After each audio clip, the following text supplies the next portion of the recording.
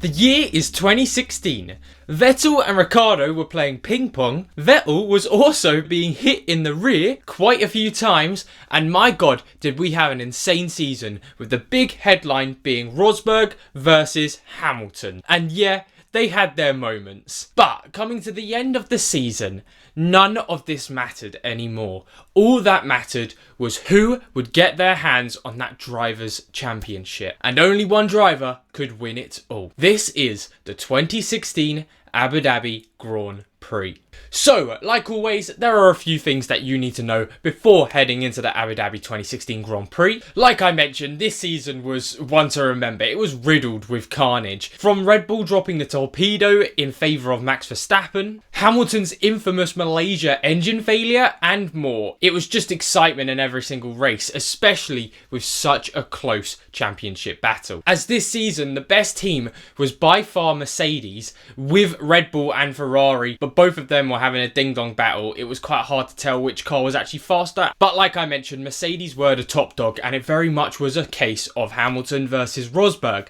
And heading into Abu Dhabi, we had a 12-point gap in the championship, with Rosberg leading the championship on 367 points to Hamilton on 355. And now this may seem like quite a bit. However, Hamilton does love it around Abu Dhabi. And hey, 12-point gap would mean Hamilton would have to win the race with Rosberg in 4th or below. And as we know in F1, anything can happen. Now, straight away, FP1 and FP2 were as expected, with both Mercedes being the top dogs, with Hamilton being that just a little bit much faster. Again, pretty much what we expected. FP3 threw quite a spanner in the works. However, as we know, FP2 is normally the most appropriate one to look at before qualifying, and hey, I mean, just looking at the qualifying results, it 100% was. As the same sort of situation would pan out in the qualifying, with the rest of the field behind the Mercedes drivers, with Ricciardo in 3rd, Raikkonen in 4th, Vettel in 5th, and Verstappen in 6th. All more than 5/10 away from Rosberg in 2nd place. And get this, Rosberg was 5/10 ahead of Daniel Ricciardo, and then you had Lewis Hamilton around 2/10 even further ahead of his teammate. Hamilton looked dominant this weekend, but as he knew, this would not be enough to win the championship. He needed some good luck, or his teammate to have some bad luck. As Rosberg knew coming into this race, he didn't need to risk it all. He just needed to come home on the podium positions, and he would win. And just to put it into perspective of how close the championship battle was at this point, if qualifying results were how the championship ended, Hamilton would lose the championship on 380 points to his teammate Rosberg on 385. Only a 5-point gap. So, could Rosberg hold on and win his first championship? Let the race begin. 5 red lights and away we go. With Hamilton getting a great start ahead of his teammate Rosberg. However, Rosberg also had a decent enough start to keep in his 2nd position. So both the Mercedes coming into the first corner looked very comfortable in 1st and 2nd. However, you could not say the same for both Red Bulls, as both of them had terrible starts, with Ricciardo being swamped by both of the Ferraris straight away, being overtaken by Raikkonen. And then also for Verstappen, it was even worse, as he would go into the first corner trying to make a move to not lose out on Hülkenberg, and he would spin his car. And hang on a second, I feel like I've seen this move before. It's almost identical to the 2014 crash he had with Piastri. But luckily for Hülkenberg, he kept on being able to go for the rest of the race. So come to the end of lap 1, the top 10 was as followed. Hamilton in 1st, Rosberg in 2nd, Raikkonen in 3rd, Ricciardo in 4th, Vettel in 5th, Perez, Hülkenberg, Alonso in 8th, great start for him, up from 9th, Massa in 9th, and Bottas in 10th. And funnily enough, for the first part of the Grand Prix, it wasn't even about Hamilton and Rosberg. It was all about that man himself, Max Verstappen, as he would try to re-overtake a lot of the back markers and midfield.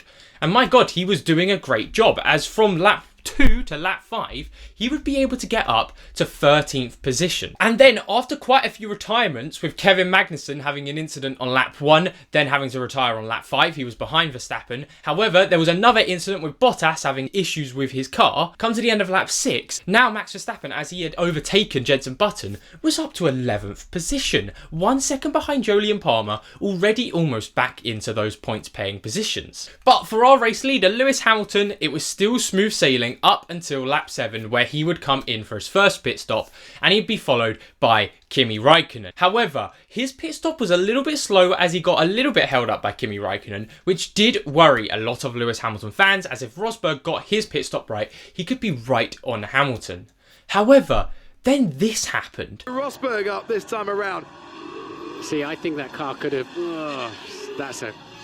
Rosberg, on the most important race of his life, had the worst pit stop of his life, and that 4 to 5 seconds must have felt like agony. 2 seconds does not seem like a lot, but what had been happening from lap 7 to lap 8 is Max Verstappen had decided to go long and try a different strategy on the one stop. Considering he had already been spun out, he had to try something different to get back into this race. Now meant Rosberg came out behind Verstappen, giving Hamilton a brilliant buffer to continue in the lead.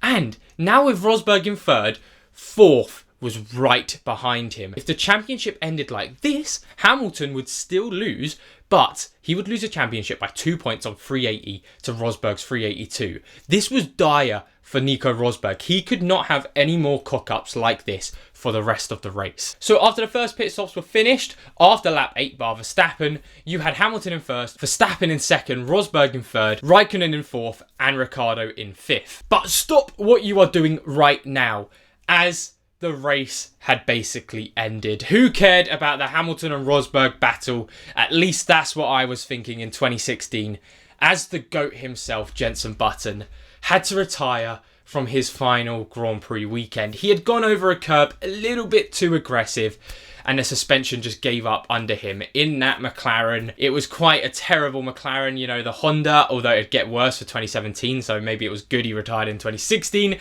didn't have to sit through that 2017 McLaren era. But what a shame. He would end his final, well, technically, because then he'd race in Monaco in 2017, but he would end his final race with retirement. What a legend of the sport. And yeah, like I mentioned, for little old me, at the time, I should have been more focused on the Hamilton versus Rosberg, and I think I was a little bit, but I had quite the trend of when Jenson Button would retire to go sulk and not watch the race anymore. So 13-year-old Zach would have been fuming, but now I can appreciate we still have a championship battle to decide. And getting back to that action at the front, by lap 19, the standings at the top 5 were still the same, with Hamilton comfortable in the lead, Verstappen still holding on to Hamilton's pace, which was quite a surprise for the Supersofts at the time, and Rosberg couldn't make any moves on him. And with Verstappen there, it was pushing Rosberg, like I mentioned, into that 4th and 5th territory with Räikkönen and Ricciardo.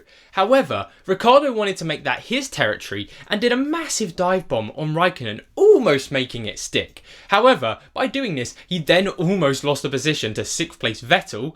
Luckily, he kept it, but wow, the Red Bulls were looking very fast in this part of the race. But Verstappen's tyres could not hold on for any longer, as come lap 20, he would start losing quite a bit of pace, and this is when Rosberg made his move. Now, off the back of the last straight in Sector 1 in Abu Dhabi, Rosberg dived it down the inside and almost made the move stick. My god, it was a brilliant ding-dong battle. However, Verstappen on the inside for the next corner then didn't get good enough traction, and Rosberg was through comfortably into 2nd place, which is exactly what he needed for his championship, as this is the part of the race where Mercedes and Ferrari would realise that Verstappen could go for that one stop. So it now wasn't okay, you can sit behind and just wait till he pits. This is a guy you need to get ahead for the championship. And no surprise at all, this would then be 2 laps later on lap 22 when Verstappen would take his one and only pit stop onto the soft tyres. What a brilliant strategy by Red Bull, might I add, because it did work out for them. It was brilliant for Verstappen's race. But like usual, from lap 22, the mid part of the race, to around lap 41, the race started to settle down. There wasn't much movement in the top 10, especially in the top 6. It was only the pit stops that the final cars had to do on lap 28 and lap 29. The rest of the field came in for their second pit stops for the yellow wall soft tyres to get to the end of the race. But there wasn't any slow pit stops, there wasn't any chaos here. That's why, up until lap 41, with then Ferrari trying something different, getting Vettel past Räikkönen, as Vettel all of a sudden had quite a lot of pace at the end of the race. However, this is the part of the race where there was 14 more laps, and Hamilton knew Verstappen in third place was on older soft tyres than the rest of the field. He was never going to organically catch Rosberg in that dominant Mercedes. He had to start playing smart if he wanted to win the championship, which is exactly what he did. As Hamilton's pace would drop quite significantly over the next few laps to make sure that everyone could get involved from the likes of Verstappen, Ricciardo and Vettel. Lap 44. Palmer would hit the backside of Carlos Sainz, making Carlos Sainz the final DNF of the Grand Prix. Then 2 laps later, on lap 46, this is where we would see the charging Ferrari of Sebastian Vettel now past Ricciardo for 4th place. It very much was, if Rosberg was going to have an issue with this championship, it would be from his fellow countryman in the Ferrari, who very much looked like he was the only one who could catch up to the Mercedes and potentially give him a good showing. As come 5 laps later, on lap 51, this is exactly what we saw, as Vettel would then eventually get past the slower Verstappen in the Red Bull, with the Mercedes only a second ahead. And this is where Hamilton had to make sure not to lose the race win, as he needed that for the championship, but then to also go slow enough into Vettel's DRS without giving Rosberg DRS. It was mind game central, and my god, did it almost work out, as on the penultimate lap, on lap 54, we had a very scary moment for Rosberg fans, where Vettel had one last chance to get past Rosberg and potentially put him off so that Verstappen could have a go into the final lap. You can see it coming. Which way is he going to go? Under braking, tries to go round the outside. And my god, Rosberg kept his cool, just keeping Sebastian Vettel behind. And realistically, that was the final move he could make. Hamilton, of course, tried to slow down on lap 55, but come to the checkered flag, Lewis Hamilton would win the Abu Dhabi Grand Prix. But for his teammate coming home in 2nd place, it would mean Brittany would win his first Drivers' World Championship. And my god, did he deserve it. After such a brilliant season on his end, truly showing he could go toe to toe with one of the greats of the sport, Lewis Hamilton. And that is all she wrote for the 2016 F1 season. Nico Rosberg would go back to his asbestos-free home as a new world champion and would rest up to get ready to go fighting for the 2017 title. Or so you would think. I want to take the opportunity to announce that I've decided to end my Formula 1 career. As Rosberg later in the winter break would shock the entire Formula 1 world, announcing his retirement from the sport. And much like this quote from Rush for James Hunt, it would perfectly fit Rosberg's story. One world title was enough. He had proved what he needed to prove to himself and to anyone who doubted him. And for Lewis Hamilton, I wonder if he would bounce back in 2017. Thank you for watching. Like and subscribe if you like what you saw.